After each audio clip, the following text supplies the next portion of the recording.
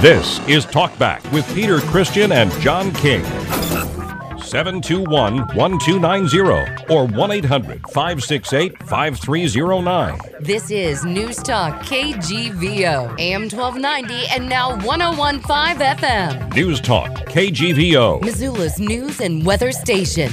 And the first half hour is sponsored by Bitterroot Motors, doing it right for more than 42 years. Also sponsored by Office Solutions and Services, locally owned with solutions for every office, and the Mustard Seed Restaurant. The views and opinions expressed on Talkback are not those of the staff, management, or advertisers. Good morning. This is John King. Peter Christian is on his way down to watch the Karma trial.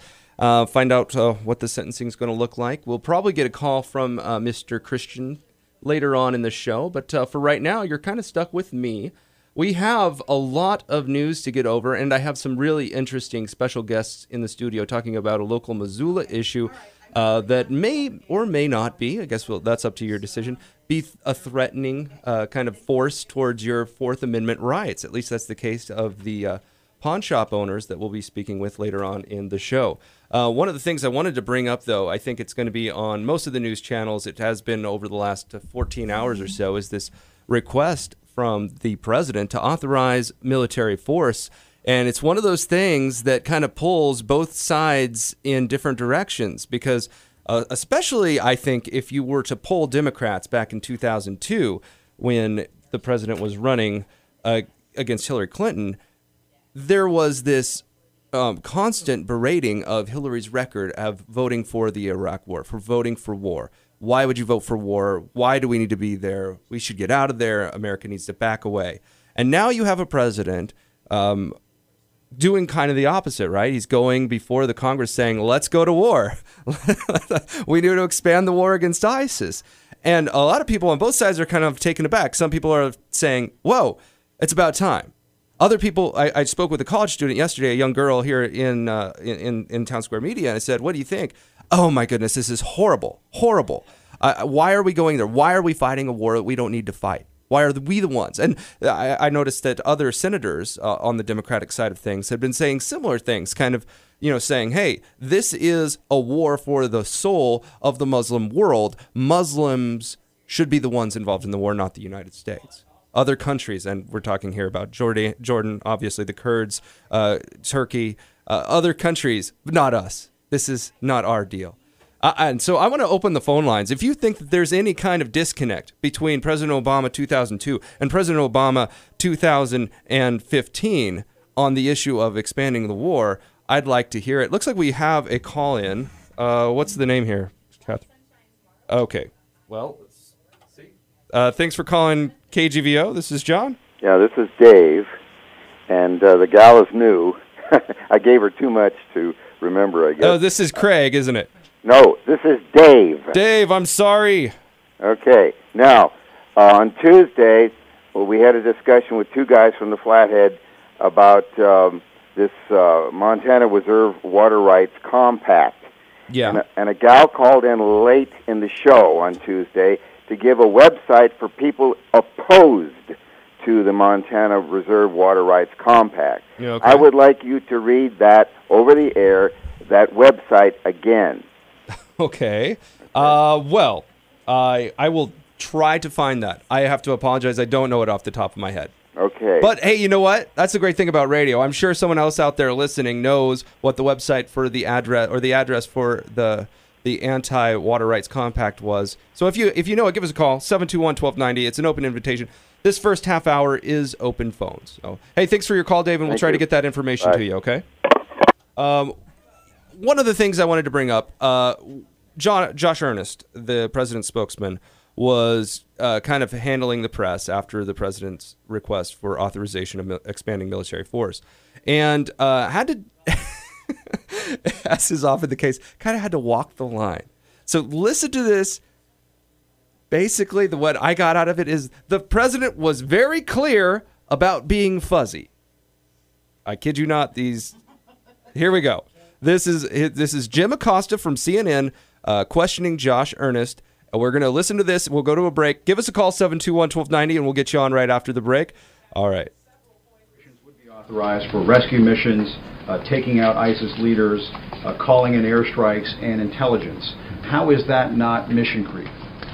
Well, because, Jim, the President has been clear about this, I think, from the very beginning, that this kind of large-scale, long-term commitment of U.S. ground troops is not a successful strategy. But short of a large-scale, long-term operation, you can expand the operation under this authorization.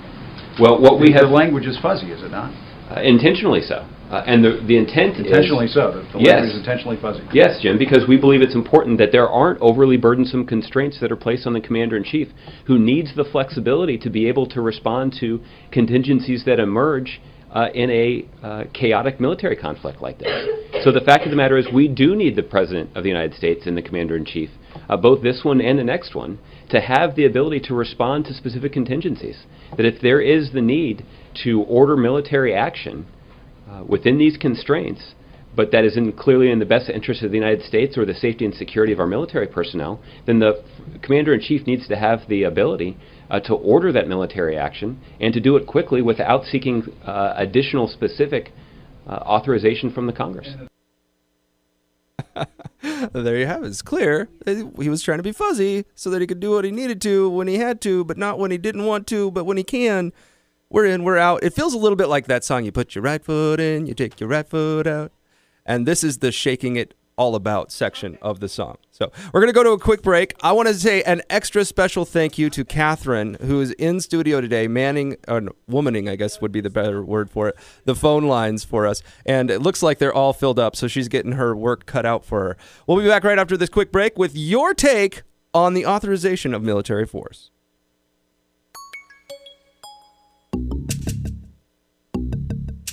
All right, we're back on the Talk Back Show talking about the authorization of military force. We got some good word. Oh, what? Catherine's yelling at me that we have Ryan Zinke on the line. So put him on hold, and I'll pipe him on in. Haymakers in Washington, D.C., huh? Go ahead and put him on hold. I'll bring him onto the main line so everyone can hear him. That's the red button. Yeah. There we go. All right. All right. Hey, is this Ryan Zinke?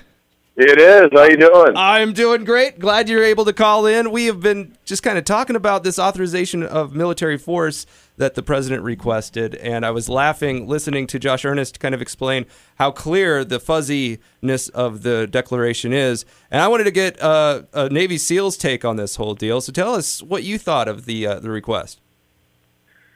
Well, I was taken aback because I have never seen or could conceive of a president, wanting Congress to approve less authority for military actions. And this is from, I was a former deputy commander and acting commander of special forces in Iraq. And the cold truth of it is it will take ground troops. Now, those ground troops are going to be in the form of providing logistics, ammunition, fuel, and also embedding special forces and other units to make sure that we collect the intelligence, to make sure that our air operations are going in the right places. And when you embed U.S. troops with the Kurds, the Sunnis, you also need to make sure that you support them. And it's not just a sprinkling. It's if they get in trouble, you have to have a QRF, a quick reaction force. You have to have medevac capabilities, so in case someone gets hurt, they're adequately addressed as far as their medical support.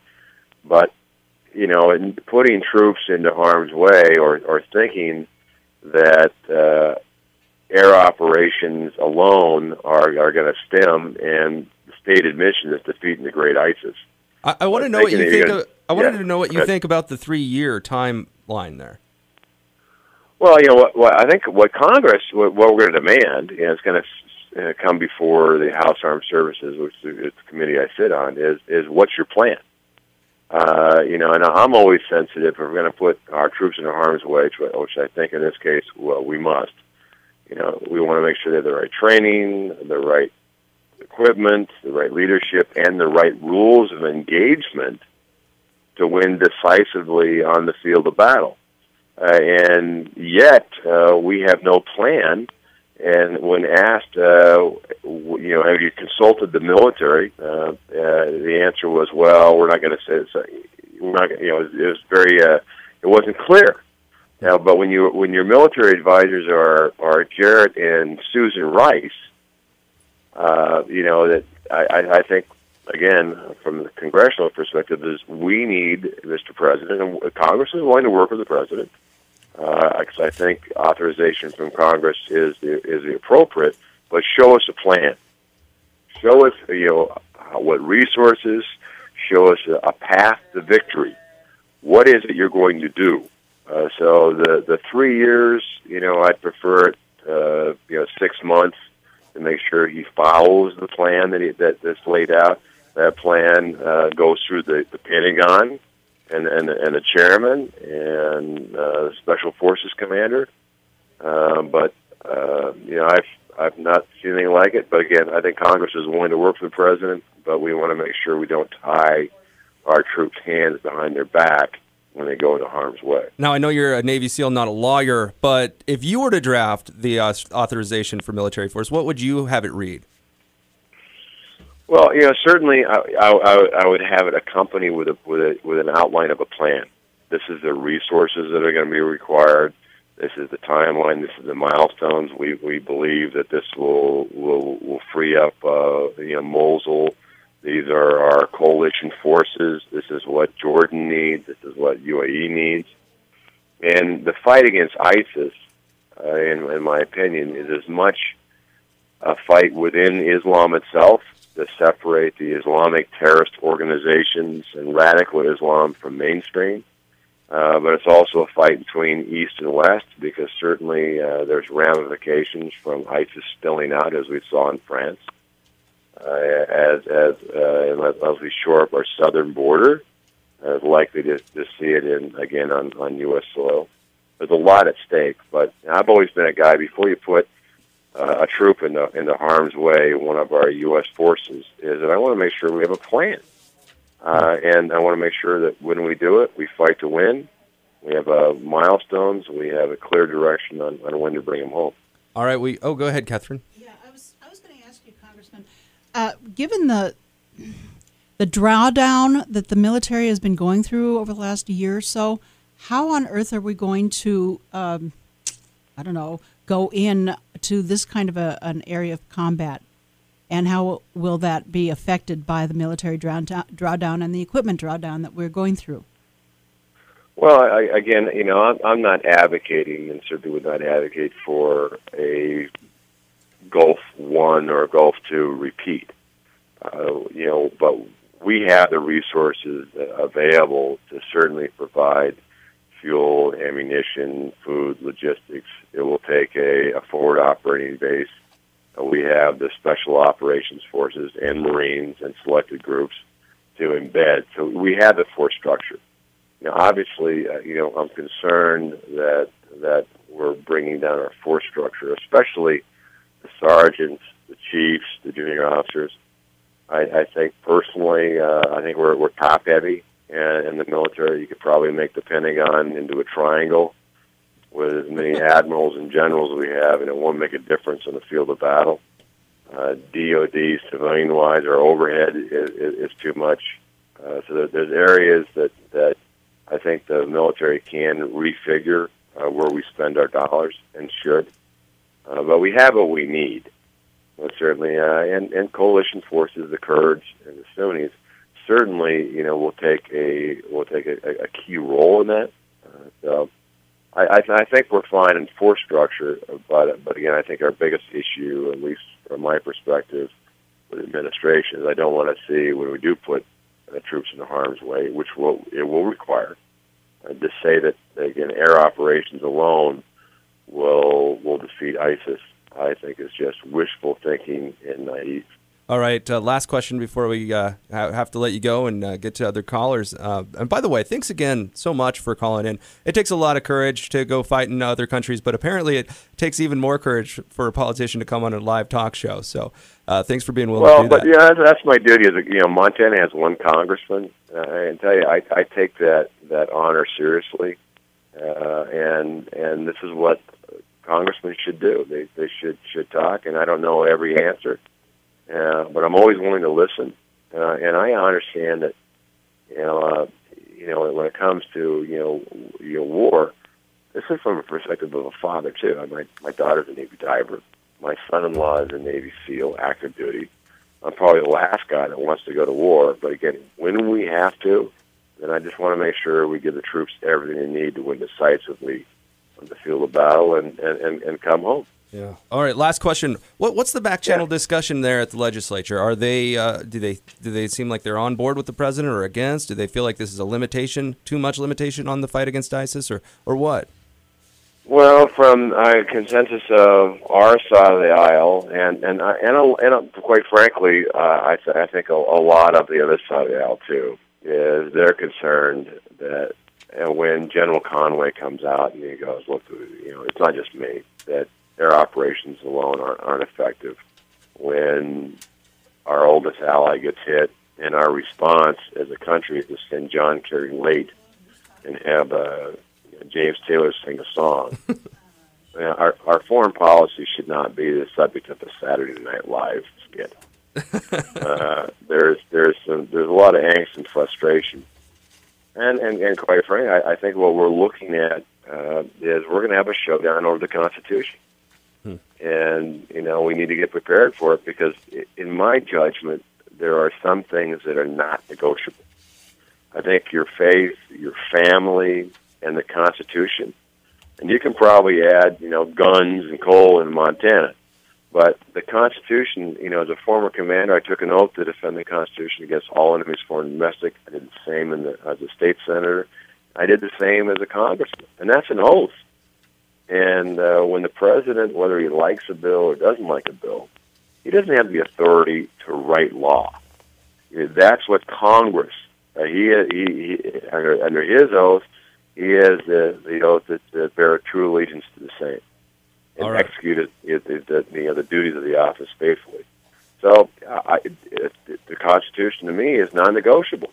So I think there's going to be a throwdown, and constitutionally, I'm not going to blink, and I don't think my friends in Congress are going to blink either, because it's between Article 1 and Article 2. Again, it's the Constitution. You're sworn to uphold it, so that's my duty.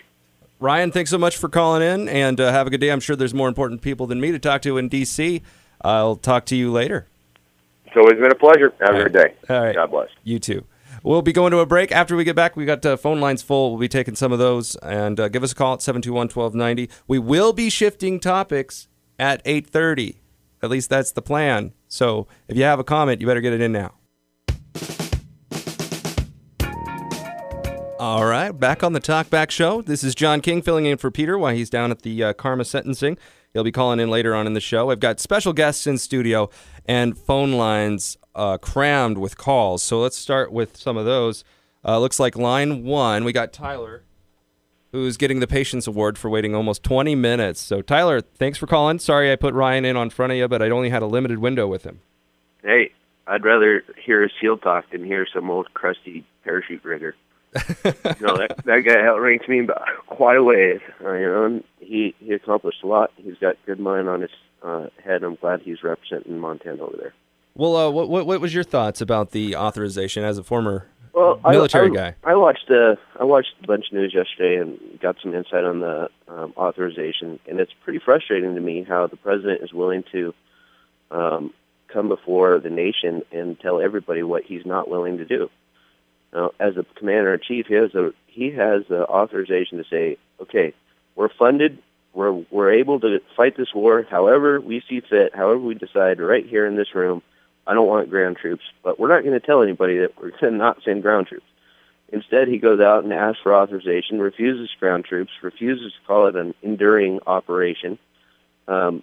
He refuses to do a bunch of stuff, and he lays it all out in front of everybody and says, this is what I'm not going to do. But I want authorization to go and send planes over there. So would the Tyler authorization be like a 6-letter declaration? We will rock you. In my mind, the 2002 authorization already covers everything that he's already asking for and more, and it gives him the ability to go into other countries and to take out terrorist cells in any country he sees fit. And it gives him authorization to send in ground troops, special forces, air strikes, Tomahawk missiles, the whole thing. But this authorization repeals that authorization and then puts constraints on our troops. And if we're not willing to send everything we got, destroy this enemy, and leave it absolutely decimated, then we shouldn't send a single troop over there. All right. In a plane, on a boat, anywhere, no fighting until we're willing to win.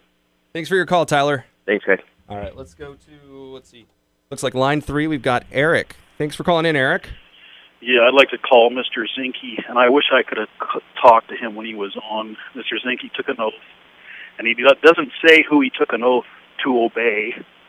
He swore an oath to God, and this country has no authority in the Middle East. All we're doing in the Middle East is building our empire.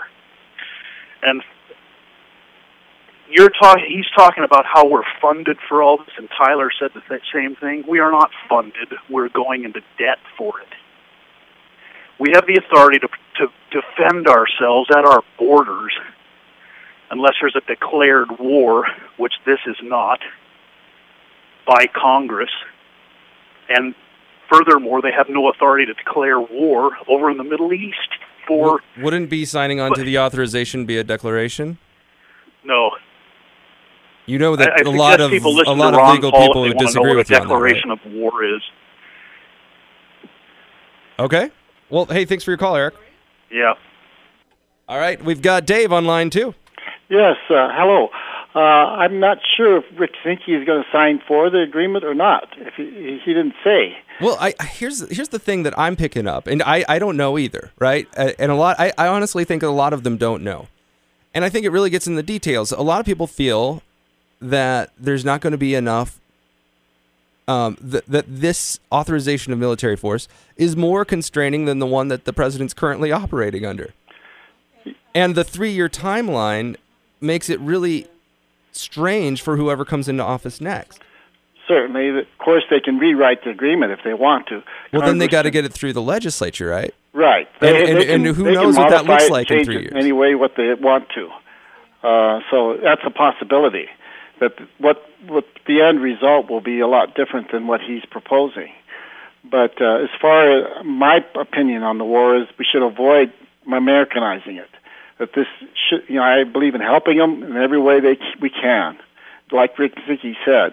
But I would really want to avoid Americanizing the war. What does that mean? I don't know. It's like we're not going to fly Eagles in and drop red, white, and blue bombs. What does it Americanization of the war mean? No, get on our white horses and rush out there to kill all those bad guys ourselves. Well, okay. So you're saying you don't want our troops on the ground, which part of the declaration is to not do that, right? But like Rick Zinke, I believe we should be there as advisors and help them in every way we can.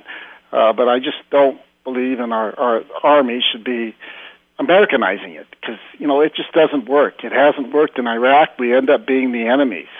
I mean, I don't, personally, our own revolution, if we hadn't fought that whole 5-year war with the British, if the French had came in and fought the war for us, it wouldn't have been our revolution. And it would have been... Fair enough. There is a revolution, right? There's the Kurdish are fighting back, right? And a lot of people are worried that if no one helps them, they'll all get wiped out. Right, and we should help them help themselves. Okay. Well, hey, Dave, thanks for your call. I got to go to a break, man. Yeah. All right. Give us a call, 721-1290. We are shifting gears shortly. I promise we'll get who's on the line on, but after that, no promises. We'll be back right after this.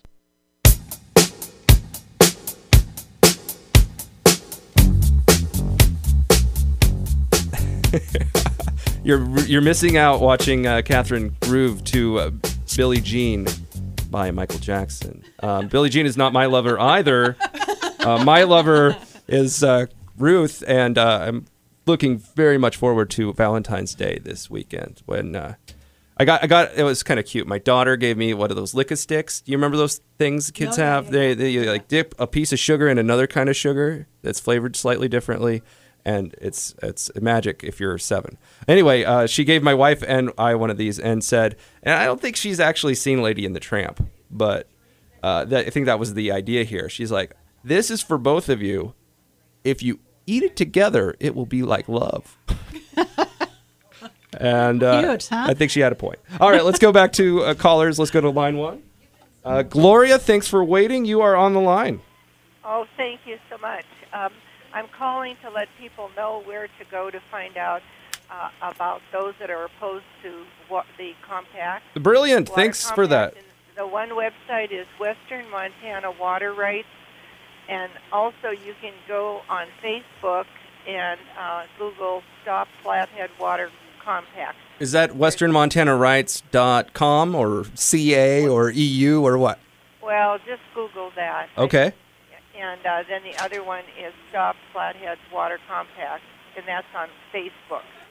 And I think you've got such a good choice in having Catherine there. I hope to meet her in person one day. I personally think she rocks. All right. Gloria, thank you, Gloria. Thanks for calling in. And I looked it up. It's Western Montana Water Rights, which is westernmtwaterrights.wordpress.com is the site that I found. And thanks for giving us that, Gloria. Let's go to our last call for the segment. That would be Jonathan on line 3. John, thanks for calling in. Well, good morning. Thanks for taking my call.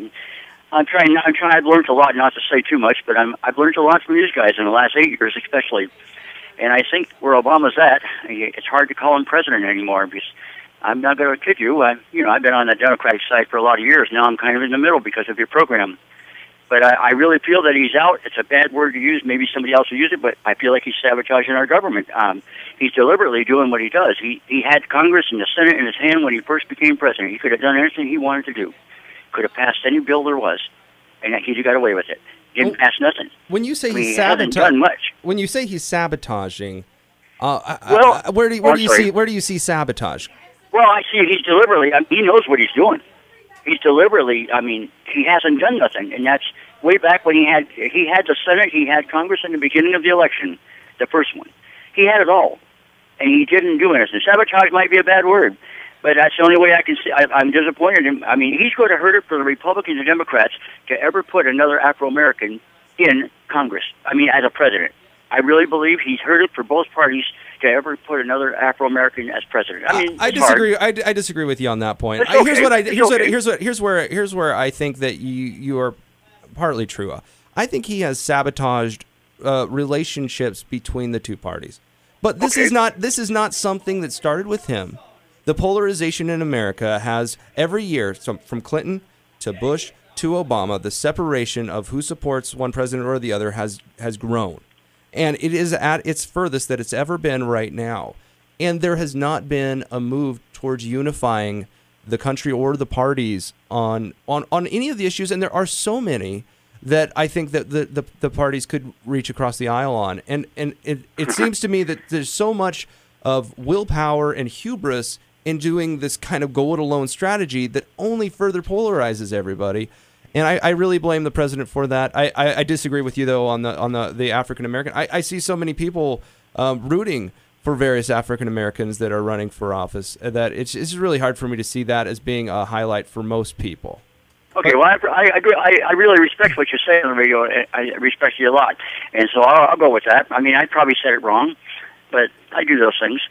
Well, I do too, and I do it live. So thank you, Jonathan, for being willing to live like me for a few minutes. All right, we're going to go to a break here. When we get back, we have special guests in studio with what might be to you an alarming situation here in Missoula, perhaps a threat to your Fourth Amendment constitutional rights.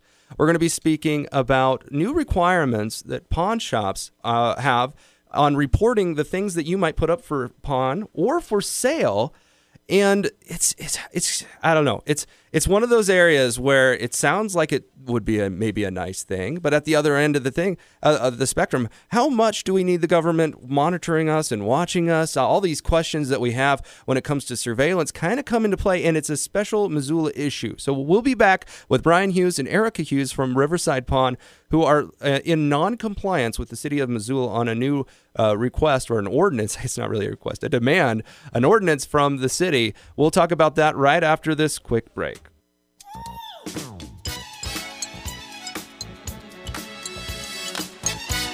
All right, we're back on the Talkback Show, and so Catherine graciously gave up her headphones, but if she had them, she would have been dancing, I'm sure. We are shifting gears as I teased right before the break, and I want to welcome Brian Hughes and Erica Hughes. They're the owners over at Riverside Pawn, which is back behind the Walmart on Mullen, if I'm not mistaken. Is that right? Correct. All right. Now, I understand there's been kind of tumult over the last couple months in the Missoula pawn shop community over a new ordinance, and you are the only pawn shop in the area that is in what is called non-compliance. Tell us what this is all about, and I know this is going to take a little bit of explaining because it's probably one of those stories that people just haven't, they read over. So tell us what's going on, what your problem is with the new ordinance, what it does, and how, if you could, how you feel it infringes on a constitutional right. Sure. I'll go ahead and start. Back in July of 2014, the City Council adopted an ordinance that would require we use a program called Leads Online. And Leads Online is a third-party, for-profit, private corporation that stores transactional data in the cloud. So they store personal data for profit. Yes. Okay. And that data, as far as our transactions are concerned, are names, addresses, phone numbers, driver's license numbers, dates of birth, and even if that's not specifically requested by the police department, it is incorporated into your driver's license number, so it actually would be on that list. Now, you can change your driver's license number, right? Or no? Or is that something for sure? I'm murky on this one. Well, take out your driver's license and look at the number, and if you can find your birth date in there. Okay, let's do it. I know I can find mine in there. All right, we're on it here. Not your social security number.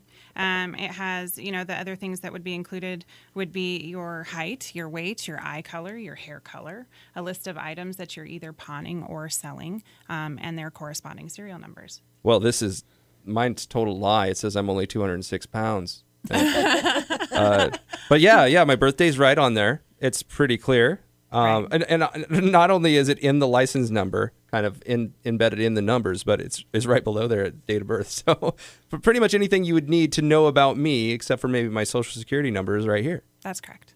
And you feel that this is an infringement? I do. I think it's by and large not necessary for what the stated goals of the police department are.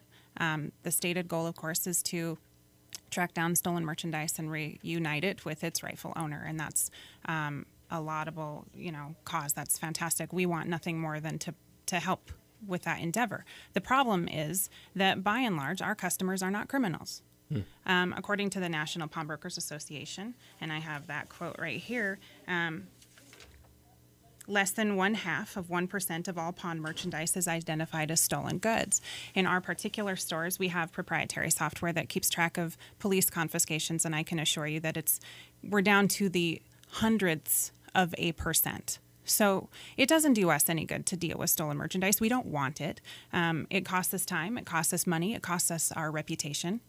And so we just don't actually see it a whole lot. So, yeah, let's step back just a second, because I don't think a lot of people realize what a pawn shop, how it operates when everyday life is going on. So I used to kind of work in a pawn shop. I worked a little bit in Cash on Broadway, but not running the pawn. I just watched that part of the thing. Sure. But I remember, police would come in from time to time. They would ask if there was an item, and the gentleman there, whose name was Dan, had to keep a ledger, I believe.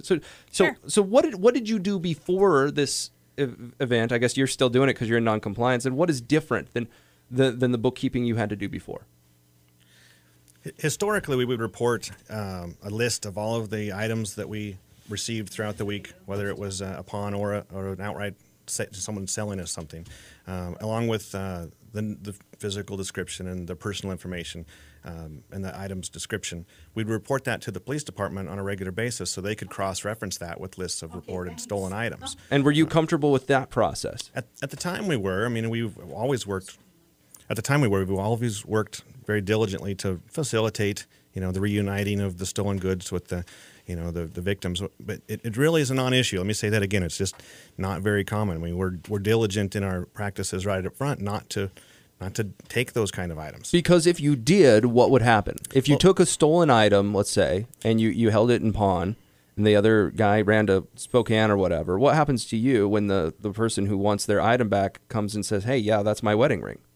Well, aside from the fact that it's just bad for the community and we don't want that for ourselves any more than we would want it for anyone else, it's not a good financial decision. If we are going to take in stolen merchandise, we're subjecting our profit to risk of confiscation because it's going to be back to its rightful owner. So you would have paid out the money to the guy that pawned it or whatever, and then when the person that owned it, the stolen property, they would get their ring back, and you would lose out. Ultimately, yes, that's what would happen. And so there was really no financial incentive for you because you were putting yourself in great jeopardy.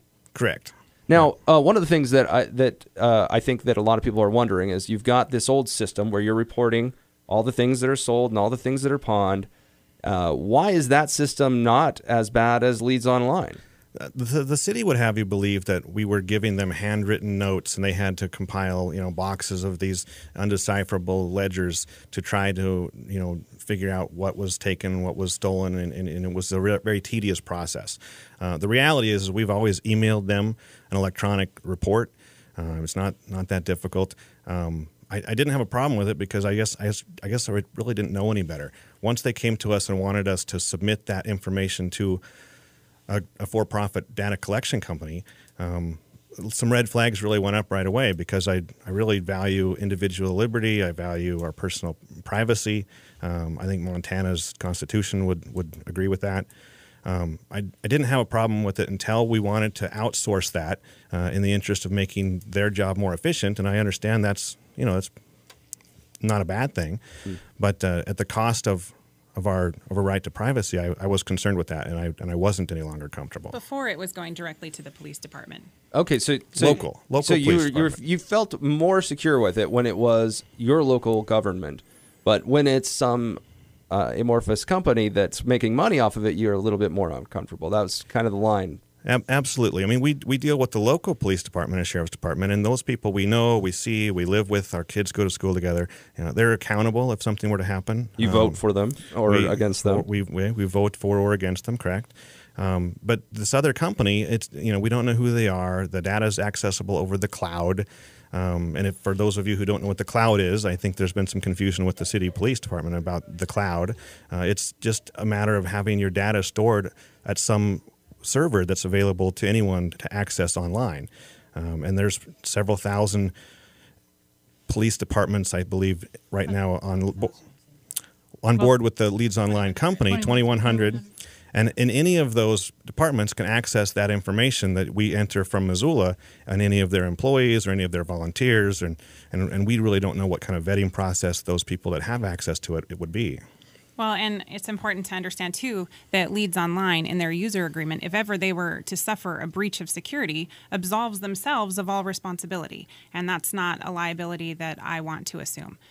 We've seen so many instances of security breaches in the last year. I mean, Albertsons, Target, Home Depot, Lowe's, Montana Department of Health and Human Services, Dairy Queen, the Pentagon just last week, Anthem, Blue Cross Blue Shield. In Georgia was hacked. Sony, famously hacked. Microsoft. Yeah. And when Anthem was hacked, they weren't stealing debit cards and credit card information. They were stealing names, addresses, dates of birth, this kind of information. So this is the exact kind of information that we're being asked to upload to this national database. No thanks. All right. I want to hear what you think. Give me a call, 721-1290. Put your word in edgewise on this topic. Do you feel that you're losing out on some of your Fourth Amendment rights here? Are you being unduly searched by having to submit your information to a for-profit company that does not owe allegiance necessarily to the citizens of Missoula? I want to hear your thoughts. The phone number is 721-1290. We'll be back right after a break, and I know Catherine is just itching to ask a question, and I promise we will get that right after this.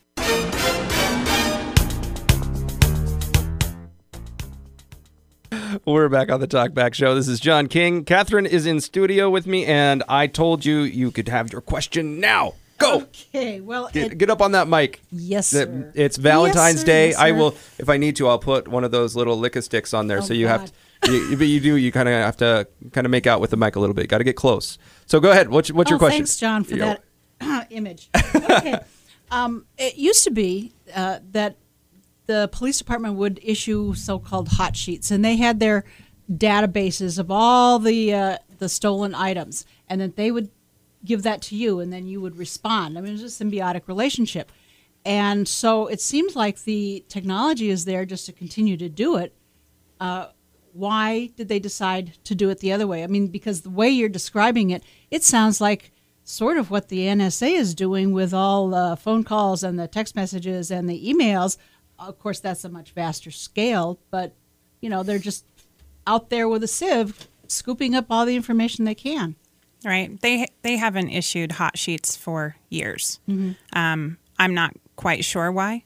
Yesterday at the committee meeting hearing, a representative from the city police department was not even aware that they were not issuing them anymore, Mhm. and needed to look into why that, practice had stopped. Wow. Mm-hmm. One of the things I want to bring up, and this is something we will talk about over the top of the hour. We have less than a minute here, so I'm going to kind of tease what I wanted to get to. It seems a little unfair to you guys, right? Because everything that is pawned, people might have a problem or might understand that, right? Because this is something a lot of people don't do maybe in their life, right? And so they have from movies kind of a suspicion of pawn shops, right? Sure. Anybody who's watched a movie, they have the sneaky pawn It's shop a greasy guy behind right? a And he bar. has the cellar Yeah, underneath right. with the the evil. We've been doings. trying to overcome that stigma for years, and You and we do a good have job. 5 kids. So when we built our shop, we wanted to ensure that it was a family-friendly environment. I mean, Missoula has a lot of struggling families, and these aren't people who are criminals. These are people who have more month than funds. So family-friendly environment, and get rid of that old stigma. All right, 5 seconds. We'll be back right after this break. Give us a call, 721-1290. There's more. I promise. KGVO Missoula, KGVO Frenchtown. AM 1290 and 101.5 FM. Also online at newstalkkgvo.com. Depend on it. This is Talkback with Peter Christian and John King.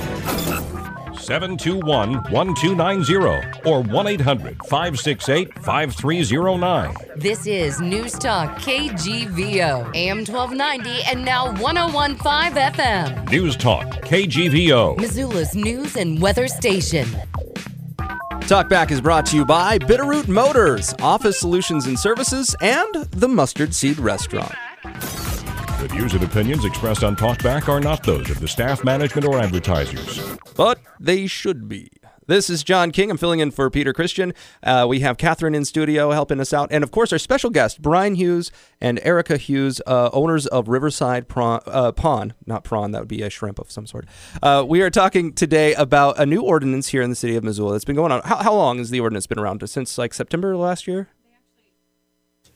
They actually adopted it in July 2014. Okay, so it's been almost a year. Now, this is an ordinance that all of the pawn shops in the town have agreed to, but you two have said, no, we are in non-compliance, right? I would not say that they agreed to it. Well, compliance through compulsion is entirely different than an endorsement. Let's say, so they agreed to it under threat of incarceration and fines. That's correct. There were several pawn shops, secondhand shops in town that received notices that we would be fined up to $500 a day and or 6 months in jail per infraction, which were to accrue daily. So, and just so you know, listeners, what this is, if you go, just imagine for who doesn't have a book that they thought they would never read and they wanted to trade it in for a new book, right? You've had a used book. You've had that giant hulking thing that your uncle that has a different political bent than you gave you and you don't want to read. So you take that book down to a book trader and you sell it, and that's going to be a different scenario than if you take it down to the pawn shop, because Correct. even though they are just selling it, right? There's 2 ways you can do things at a pawn shop, as far as I understand. You can pawn something, which is basically take out a loan on the item. You would hold, for example, a gun or a bicycle for a certain amount of time, and I would say, hey, I need to pay off my rent this month. Can you give me $200 for this awesome Winchester?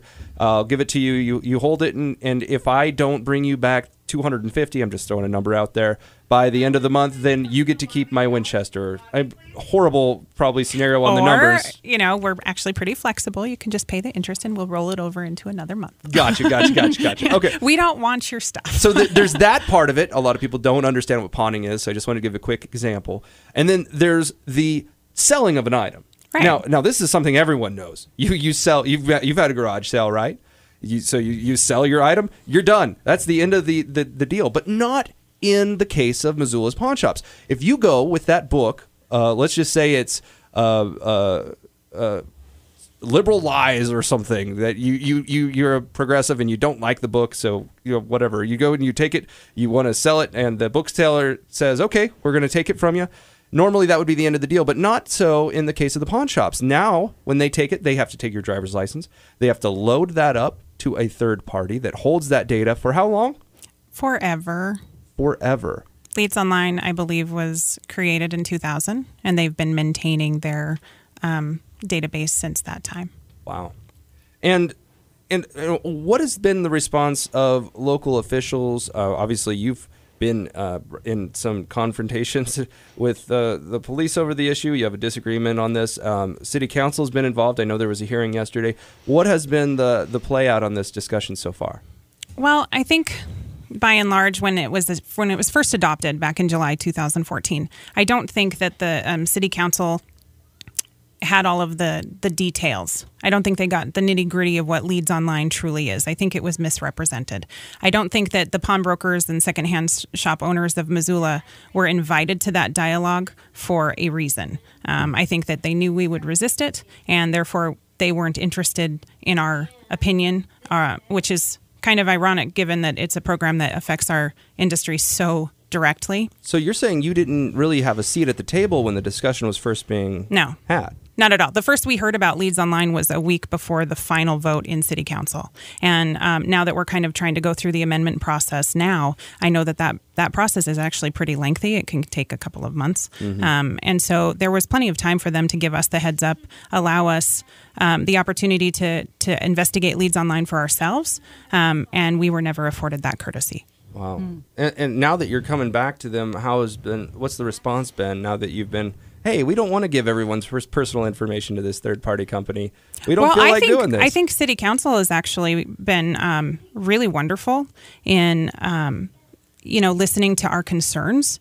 It took a while to get a seat at that table. I think that's probably just the processes that are in place. But they've been really great about listening to our concerns. We've got several that we're working with. And I think that we're actually pretty close to a compromise that we can all live with. It's our position that if they're really just researching, stolen items, and that is their intent, is to recover those stolen items, then an items list and serial number is sufficient for that.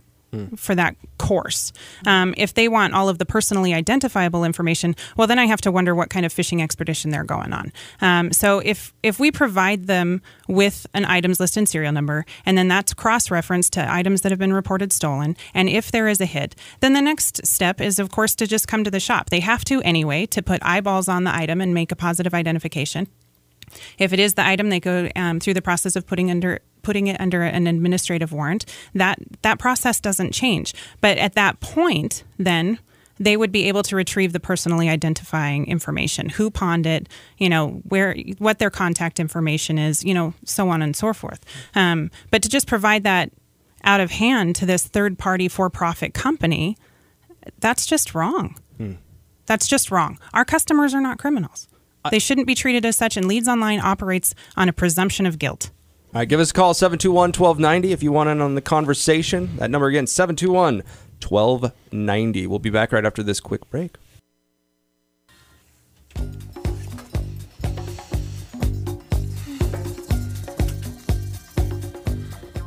All right, we're back on the Talkback Show. Catherine is also on the Talkback Show. I didn't have your mic on, so don't feel so nervous about it. Okay. I'm sure some really good ears might have picked up on you talking, but otherwise, no one knows about it now, I'm sure, even though I'm talking about it live on the mic. All right, we've got our phone lines almost full. We have one line open for you, 721-1290. We're going to go right to calls, starting with Gloria. You're on.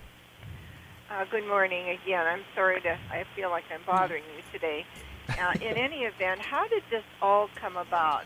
Was Leads Online soliciting for business throughout the country, because it's a national group, or was it just our mayor and so forth looking for things to, I hate to use the word control, but I feel that that's what it's all about, and not only intruding in our lives, but it's also a method of controlling people. And also, this city is well known for not encouraging small businesses and really driving them away. So I guess if there's a little bit more background information about that, I'd sure appreciate hearing about it. And you could just answer, and I'll get off the phone. All right. Thanks for your call, Gloria. And you're welcome. All right. Go ahead. Were you able to hear what she said? I think what really it came down to is the city police department wants to be more efficient in their processing of these property crimes. And so while I applaud their effort to do a better job, I'm just not willing to sacrifice, your right to privacy to facilitate that. I think we can accomplish those ends and still maintain, your civil rights. And they have to come and get that information. If there's a crime involved, then I want to see probable cause before I release that information. What do you think about the other side? I'm not a police officer, but I can sympathize with the desire to get people's goods back to them as quickly and efficiently as possible. Having this information there obviously would make that probably easier, I assume, being able to track, what was stolen and who it belongs to, that sort of thing. So when you hear those kinds, and I think that's probably the main argument that they are using to support leads, when you hear that argument, what's your response? Well, I absolutely agreed that it would make things easier. And it would be easier if you had a camera in your house, in every household in Missoula, so that they could log in and watch people as they went about their lives. And when they spotted a crime, they could apprehend them, right away. That isn't really justifiable. I mean, we still have the presumption of innocence until you've done something wrong. So I have been a victim of a home, theft years ago, and I've had my car broken into, and so we went and found the stuff in the pawn shops, and they had a ledger where they were able to see who brought one of those items to them, and eventually that led to the apprehension of that person.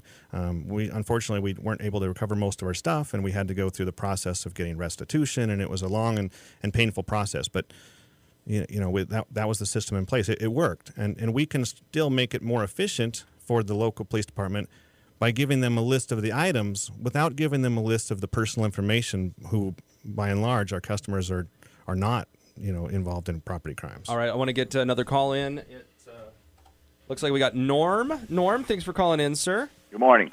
Got a couple questions here. Does this ordinance cover besides the pawn shops, does it cover your secondhand stores, your gold exchange, and also auctions? From what I understand right now, it's just licensed pawnbrokers. So if you were to go to Hastings and sell your Xbox 360 or your PS4, they're not subject to this ordinance. The gold dealers, unless they are also licensed pawnbrokers, they don't have to do this yet. But you can bet that they're looking at all of those industries, to bring them on board as well, and not just at the city level. But I know that the county wants to do this too, and so.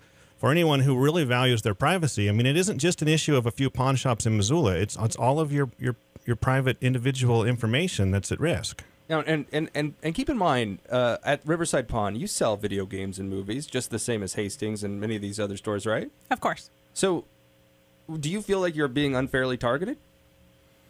Absolutely. I mean, it creates a disparity between, how the city treats us as an industry compared to some of these other businesses that they aren't as concerned with. And I'm sure that has to do with the stigma that, that Hollywood and society has created against our industry for years.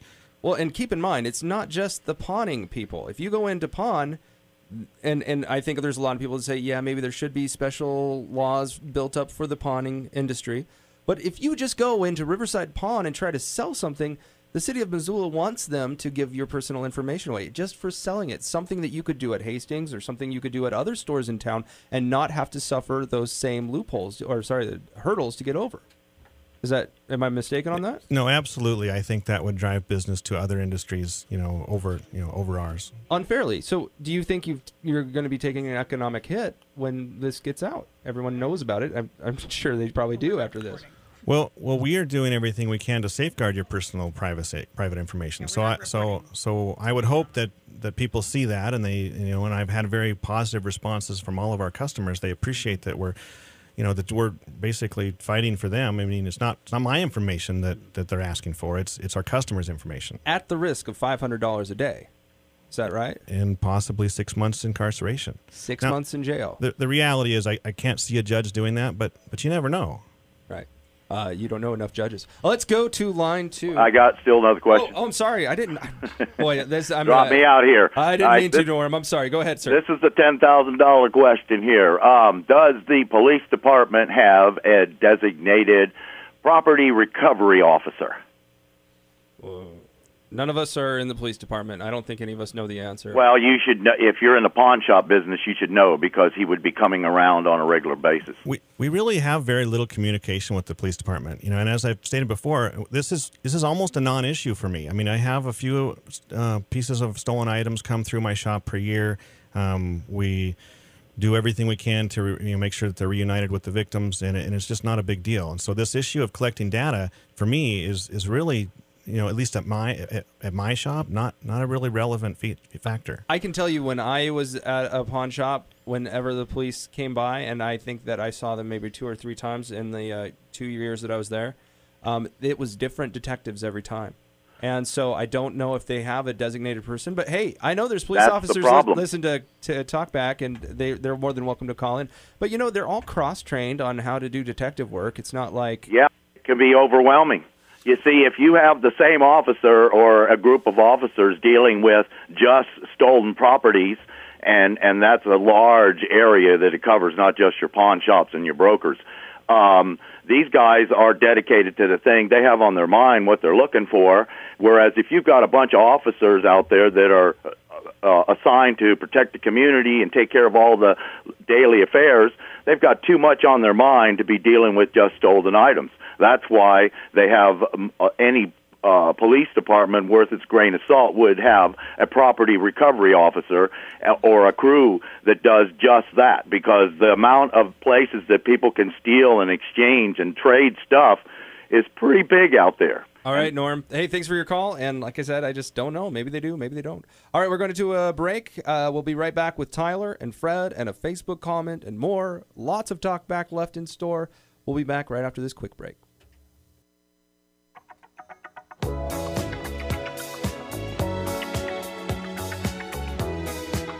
And we're grooving here on the Talkback Show. I'm in studio for Peter. This is John King. Catherine is running the phones. Catherine, tell us real quick, what's it like being John for a day? Well, I have to say that I never was a receptionist, so getting all the buttons pushed right is kind of a Is it a little hectic over there? A little bit, yes. Yeah, people don't realize, like, half the time when I'm talking on the radio, I am in between the words, literally talking to someone else on the phone and setting them up for the next call line. It's not easy, is it? Like, no, it's not. and like you come back into the conversation and everyone's talking about something different than the last time you were listening. It can be kind of chaotic. Okay, let's go back to our callers. We've got Tyler on the line. Tyler, thanks for calling in, sir. Hi. I first want to commend your guests on being able to stand up to the city and say, no, we will not comply.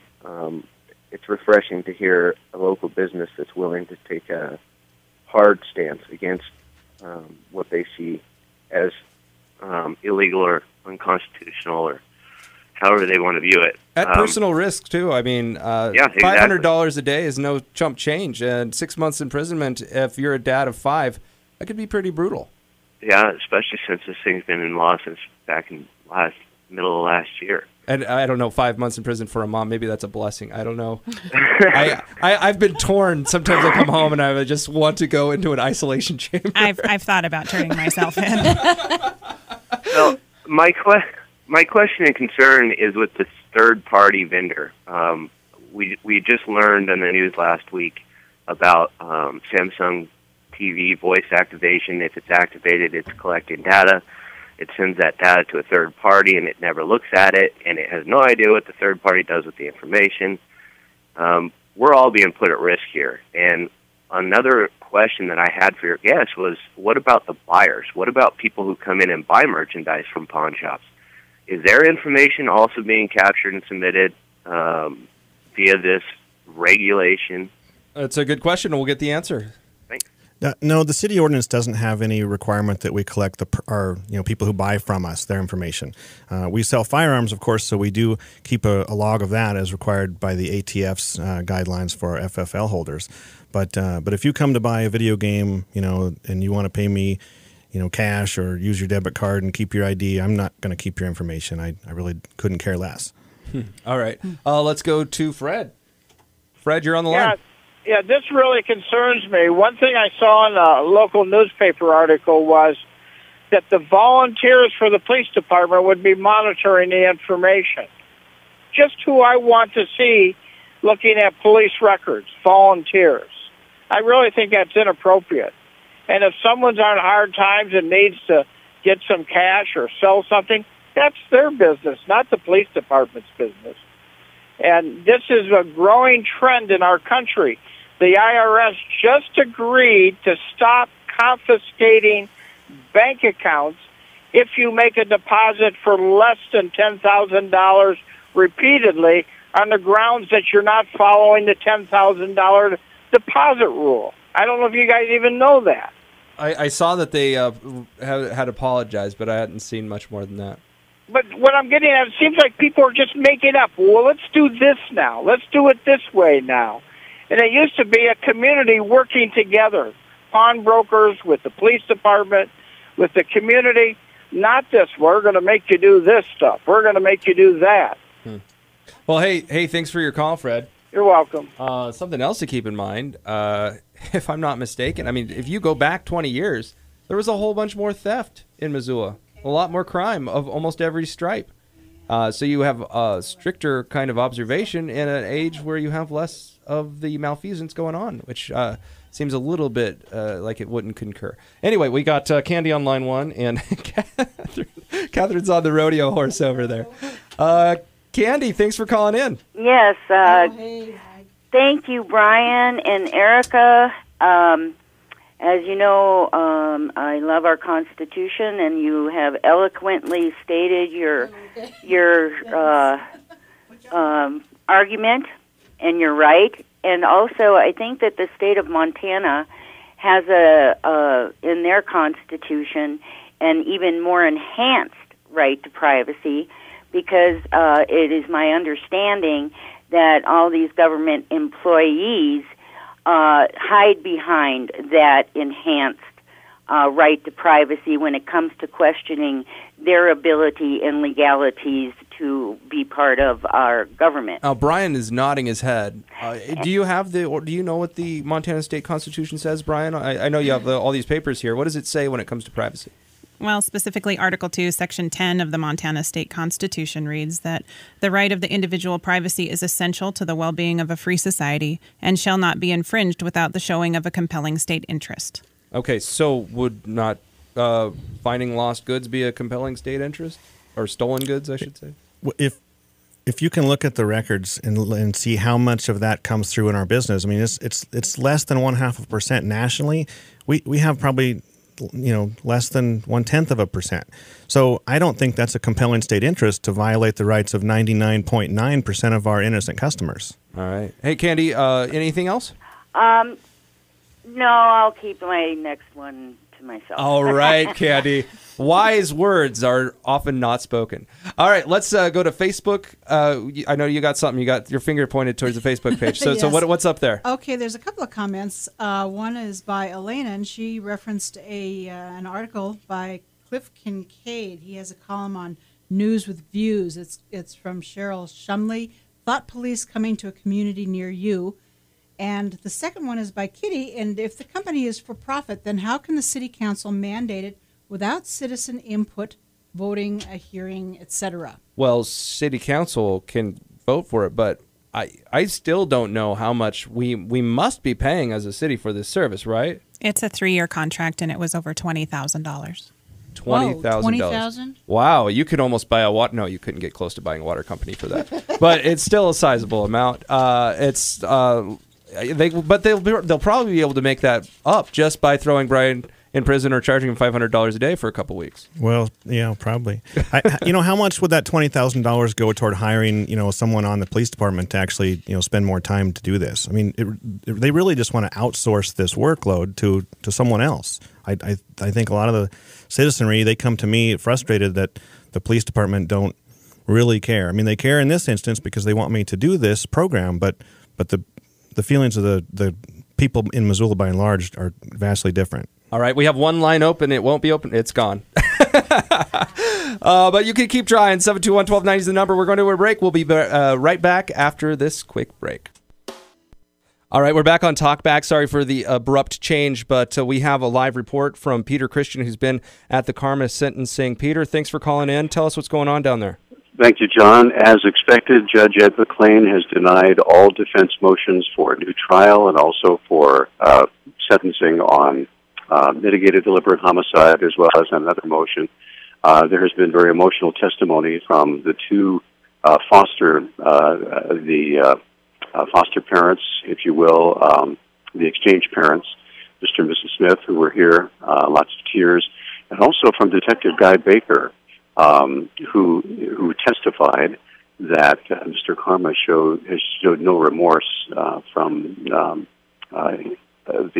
homicide, and that he, according to Baker, has, and I quote, relished his celebrity status in the jail, quote, as a convicted murderer, and it also has referred to himself, quote, as a great American hero, end quote.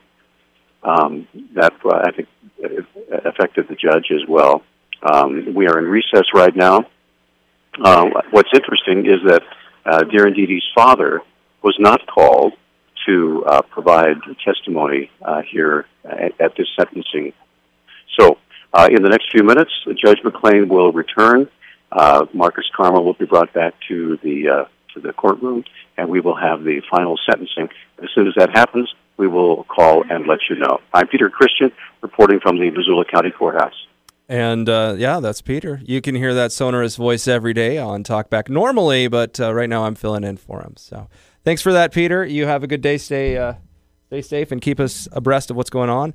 We're going back to live calls on the issue of Missoula's new Pawnshop ordinance, and it does involve things that are sold at pawn shops, not just things that are pawned, and it involves your personal information being sent away to a third party called Leads Online that holds them in the cloud forever and ever and ever.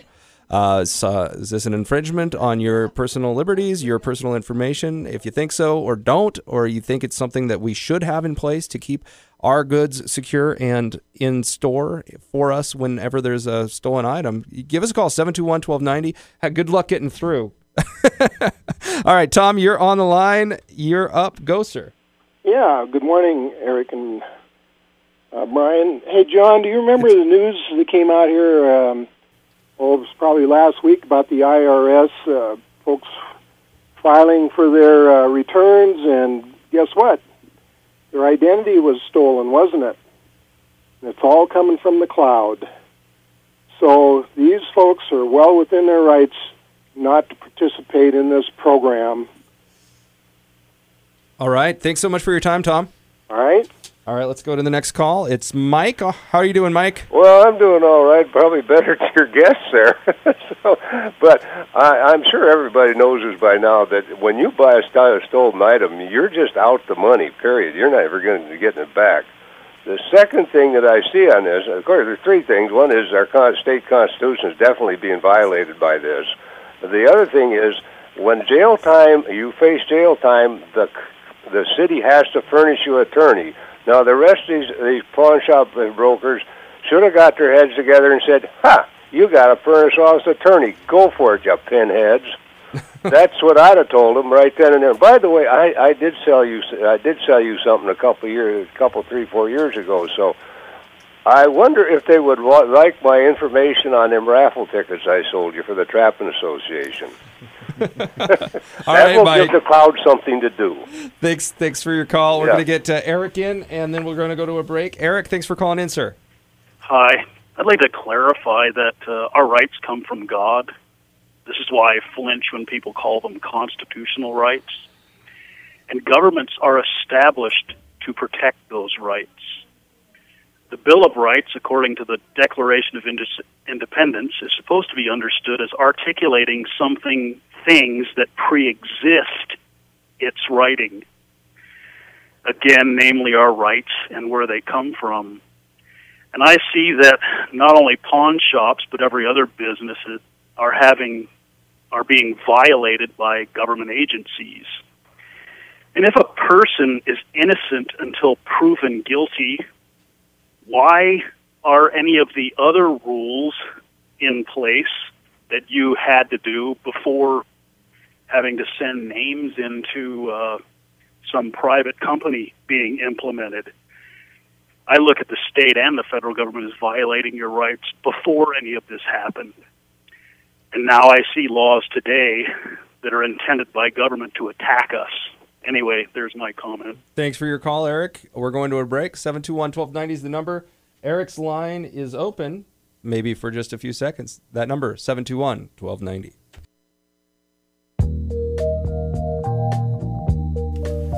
All right, we're back on the Talkback Show. The Bee Gees are showing us how deep their love is right now. Can you feel it? Oh, yeah. All right, this is John King filling in for Peter Christian. And we have Brian and Erica Hughes from Riverside Pawn in the studio today. And something that you brought up, you have an attorney and are in legal discussions with the city. Is that right? Well, we have an attorney who I think, when you're forced into a situation like this, there's so many questions and you really don't know, what direction to turn in. Mm-hmm. And so, the first thing we did was lawyer up. When we got that letter from the city attorney that said, you're going to be fined, you could be incarcerated if you're in noncompliance, and then you got that letter a second time, we lawyered up. So sure. Has Saul Goodman performed as well for you as he seems to do on TV, or no? Yeah, I didn't call Saul. All right, let's go to our callers. We've got Emmett online. Emmett, thanks for calling in, sir.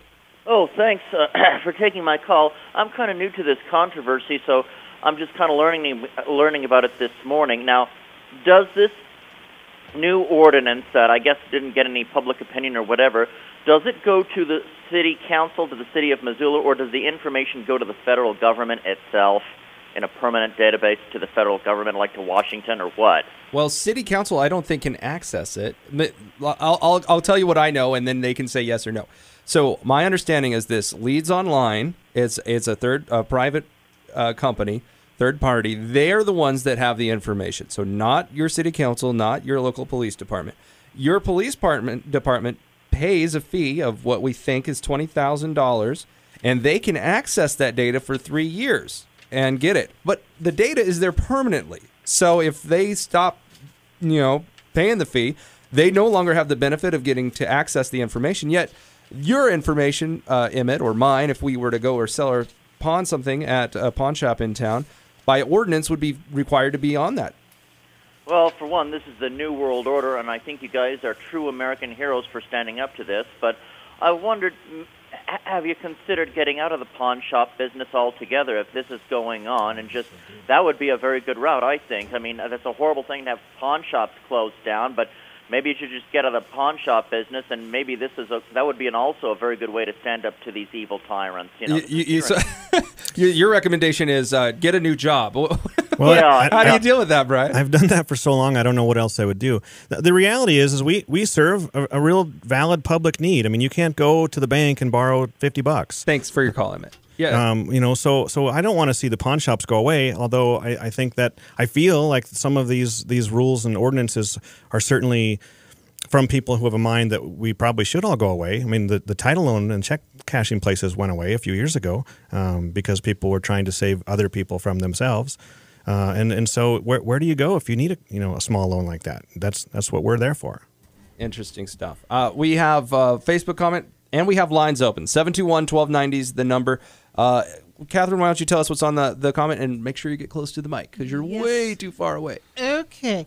Yes, Claire asked, she asked about fusion centers. The article she referenced, she's talking about Elena's referenced, called it What the Cops Are Doing, Alleged Crime Mapping, Thought Police in George Orwell's dystopian 1949 work 1984. There we go. But it was written in 1949. Oh, okay, gotcha. Okay.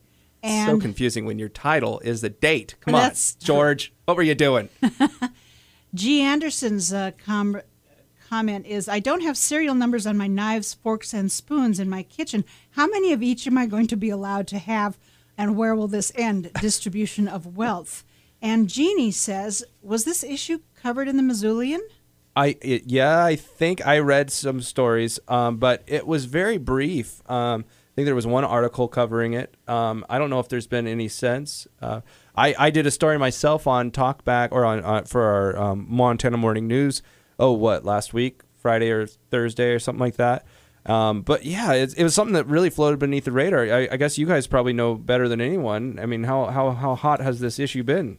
Well, lately, pretty hot. I mean, we're, on the news channels and in the Missoulian and the Missoula Independent, and now we're bringing a little more focus to it, trying to get it changed. We are trying to work within the system that is there to make the changes necessary. We are working with City Council to amend the ordinance again. Obviously, there were processes in place that allowed that to happen in July 2014. So now we're trying to work our way through that process a second time. And I got to say, it's really it's hard not to sympathize with the case of these pawn shop owners. I mean, as we had mentioned before, there's kind of like this stereotype, but when you find out, hey, it's a mom with 5 kids, a business that they have been doing, or I think Brian said 18 years. He's been a pawnbroker for 18 years, and we opened our first shop in 2008. And by the way, people, I don't know, you once you've been in one, you have a respect for the skill. It is not easy to know the value of something. Oh, I'm kind of the Walmart greeter of Riverside Pawn. I just talk to people and, hi, how you doing? And let Brian do all of the actual work. Negotiation. Yeah, I'm not really comfortable with that part of it. And I do like payroll sometimes and that kind of stuff. Right. But yeah, we're just normal people. I mean, I'm a volunteer assistant coach with my girls' jump rope team, and we're involved in our children's lives, and small business owners just trying to support our families. But this is an ordinance that we can't abide by. And keep in mind, it's not my information that they're asking for. It's not the police department's information that they're asking for. It's not city council members' information that they're asking for. It's people who have not actually had any input. Mm-hmm. They haven't been asked. Their permission hasn't been given. And I'm just supposed to load up their private, non-published information to this third-party, database that's stored in the cloud. Wow. I don't feel comfortable with that. And I don't think anybody else does either, especially, and I just want to drive this point home, we're not contesting the need to report items and serial numbers. But that information alone is sufficient to cross-reference items reported stolen. You want to report items, not people. Correct. Right. And Leads Online has advertised themselves, that they make the ability to track behaviors. We'll get into that right after this break. It's interesting. Patterns. That's what I was trying to get. Patterns of behavior. Patterns of behavior. All right. 1 minute break and a little bit of the Bee Gees, and we will be back to the conversation. Talk to you soon.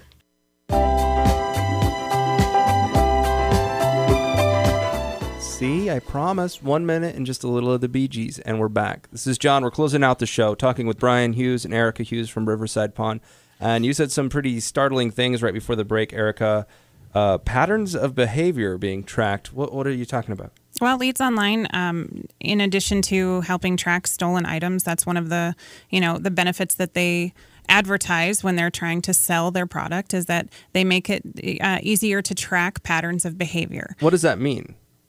I mean, what are they doing? Are they saying, hey, this guy likes to sell guns, or this guy likes to buy gold, or what? Well, all of those things. I imagine all of those things and probably more. All right. Well, if you're cool with that or not, give us a call, 721-1290. We'll try to get you in. We only have a few more minutes left, and we have, looks like Daryl is next in line. Daryl, you're up. Hey, I agree with those two totally. I don't think it's any of the city's business or private information. Just when I used to pawn stuff in Utah, we always had to do a fingerprint. Do we have to do that here in Montana? Do you have a fingerprint? No? No, it doesn't sound like it. Oh, okay. that would probably be another option for them too. But if you have the list of the information with the serial number, I don't know what the big deal is. Why they need all this other information? We don't either. That's kind of the point. They're putting their kind of their lives and business on the line, I guess. It'd be nice if they'd spend $20,000 that they want to spend on this on putting lights in the streets for us. That would make more sense in my opinion. But I agree with these guys totally. I'm behind them 100%.